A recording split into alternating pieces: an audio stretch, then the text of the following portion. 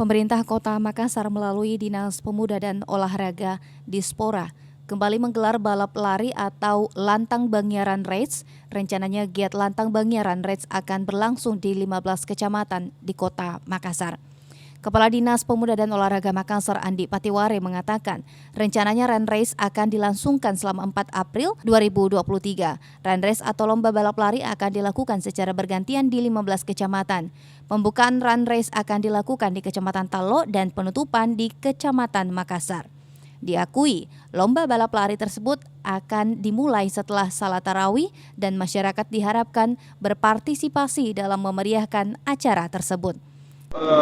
Jalannya Run Race kan kita sudah dapatkan sama kecamatan, diputuskan itu besok.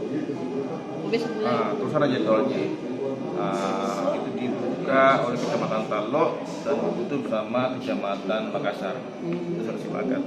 Itu tambangnya jam berapa itu kegiatan? Setelah tarawih. Setelah tarawih. Bukannya tengah malam Pak ya? Selesainya mungkin tengah malam. Run Race tersebut bertujuan mewadahi bakat dan minat masyarakat, juga dapat menyambung silaturahim agar pemuda Makassar memiliki kegiatan di bulan Ramadan. Selain Lantang Bangia Run Race, pemerintah Kota Makassar juga akan menggelar Golo Lantang Bangia dan Street Race Lantang Bangia